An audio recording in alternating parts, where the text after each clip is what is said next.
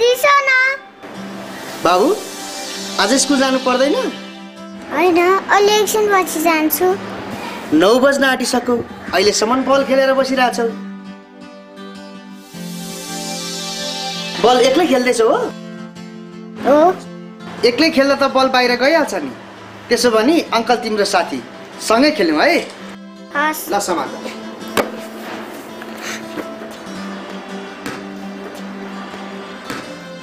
म ज्याकेट खोल्छु अनि बल खेलौँ है ल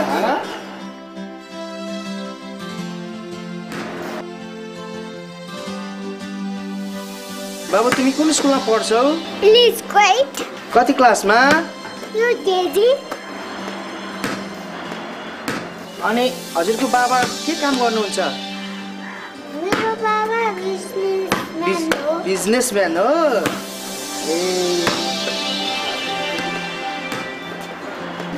सौम्या किन मम्मी स्कुल जान ढिलो भइसक्यो छिटो साथी आऊ म अङ्कलसँग बल खेलिरहेछु ल ल स्कुल जान ढिलो हुन्छ छिटो रेडी हुनु पर्यो हस्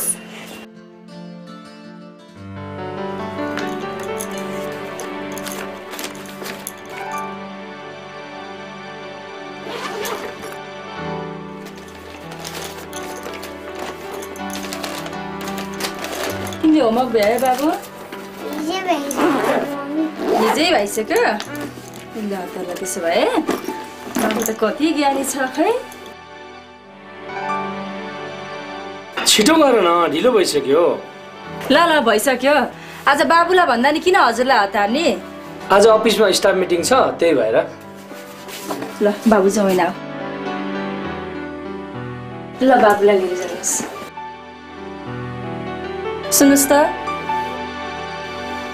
फेरि हिँड्ने बेलामा के भयो नि आज बाबुको बर्थडे छ बिर्सिनु होला कि भनेर सम्झाएको नि बाबुको बर्थडे पनि बिर्सिन्छ त बाबुले बर्थडे मनाउने भनेर कर गरेको गरेछ बेलुका अफिसबाट अलिक छिटो आउनुहोस् होला है ल छिटो आउने कोसिस गर्छु नि बाबु मलाई बर्थडेमा के ल्याइदिने तिमीलाई के ल्याइदिउँ भन त तिमी जे भन्छौ म त्यही ल्याइदिन्छु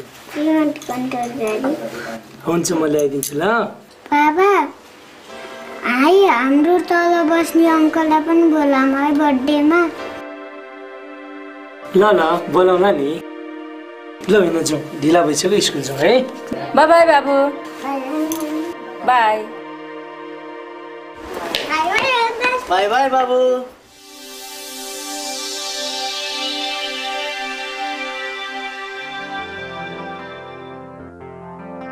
ओ गडा के छ ठीक छ रवि मलाई 1000 रुपैयाँ दे न मलाई एकदम आवश्यकता परिराखेको छ यार त 1000 भन्छस् यार मेरो त गोजीमा एक सुक्का पनि छैन यार त्यसो नभन्नु रवि तैँले जहाँबाट भए पनि 1000 रुपैयाँ व्यवस्था गरिदिनु पर्छ यार यी केटा हो मेरो विश्वास गर न यार मसँग खल्तीमा एक पैसा पनि छैन के ए तैँले हामीले नपत्याएको 1-2 दिनपछि त हामीसँग नि पैसा भइहाल्छ नि यार नपत्याएको होइन त्यसो भने तिमीहरूलाई पैसाको आवश्यक छ भने मसँग एउटा प्लान छ कस्तो प्लान यार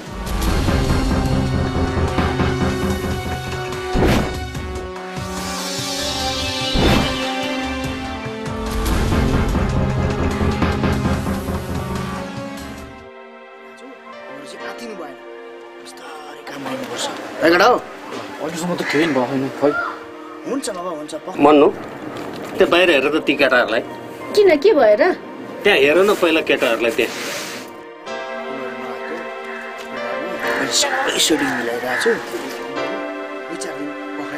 एकजना त त्यो हाम्रो छिमेकी सूर्यनाथको घरमा डेरामा बस्ने केटा हो जस्तो लाग्यो अरूलाई त म चिन्दिनँ किन के गरे तिनीहरूले त्यहाँ हेर न मलाई तिनीहरूको वेशभूषै मन परेन कपाल हेर न कति लामा लामा पालेका फेरि बिहान बेलुकाको समयमा देखा पर्दैनन् दिउँसो सुनसानको समयमा मात्रै देखा पर्छन् मलाई तिनीहरूको चालो मलाई ठिक लागेन है मन्नु म त्यसको घरबेटी त्यो सूर्यनाथजीलाई गएर एकचोटि खबर गरिदिन्छु किन त्यो केटाहरूसँग दुश्मनी लिनुहुन्छ तपाईँलाई के गरेको छ त्यसो भनेर हुन्छ के बट्टा जान्ने नहुनुहोस् त त्यस्ता गुन्डाको पछि लागेर हुन्छ चुप लाएर बस्नुहोस् तिमी पनि चाहिने भन्दा बढी डर मान्थ्यौ के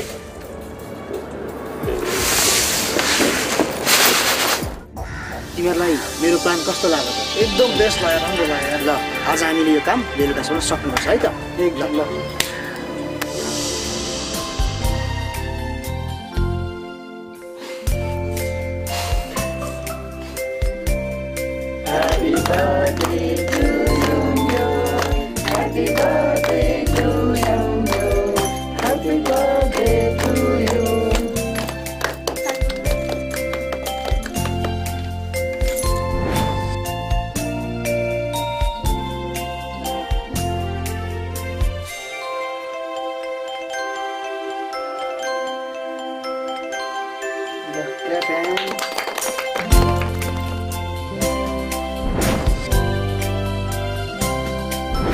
अङ्कललाई दियो नि त अब। थ्याङ्क यू संयोग।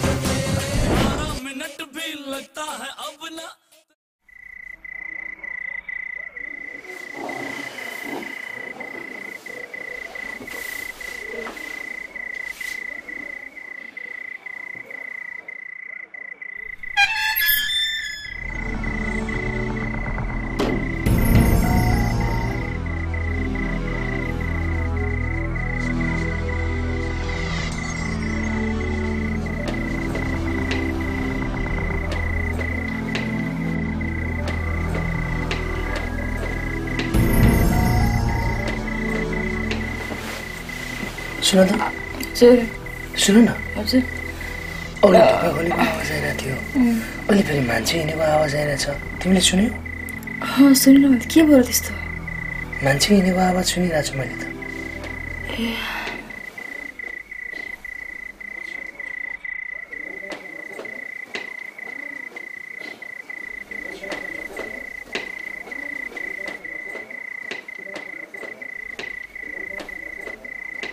होइन यति राति कसले ढोका खोल्यो सुन त मान्छे हिँडेको आवाज पनि आइरहेछ तल बस्ने केटा आयो होला नि त यति राति कहीँ साथीकोमा गएर आयो होला नि यति राति कस्तो साथीकोमा गएर आएको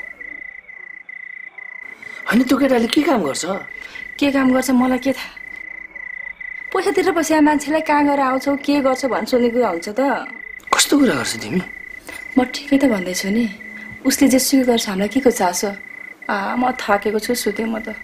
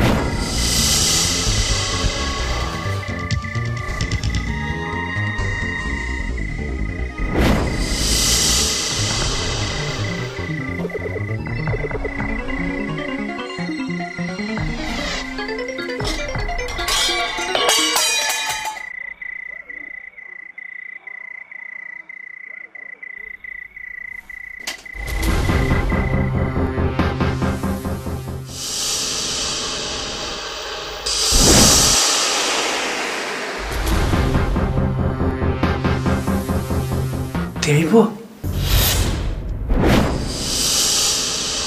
हो म तैँले मलाई चिनेर ठुलो गल्ती गरिस्। हामीले नचाहँदा पनि तँलाई सिद्ध हुन पर्यो।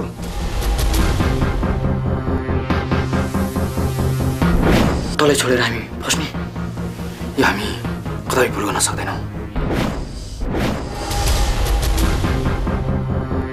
कस्तो समस्या, तैँले हामीलाई चिनिसकिस्, तँलाई त्यसै छोडेर हामी कसरी जाने? ए तिमीहरू मेरै घरमा चोरी गर्ने, मलाई नै थर्काउने, पख तिमीहरूलाई। बिगडाऊ समादेशलाई।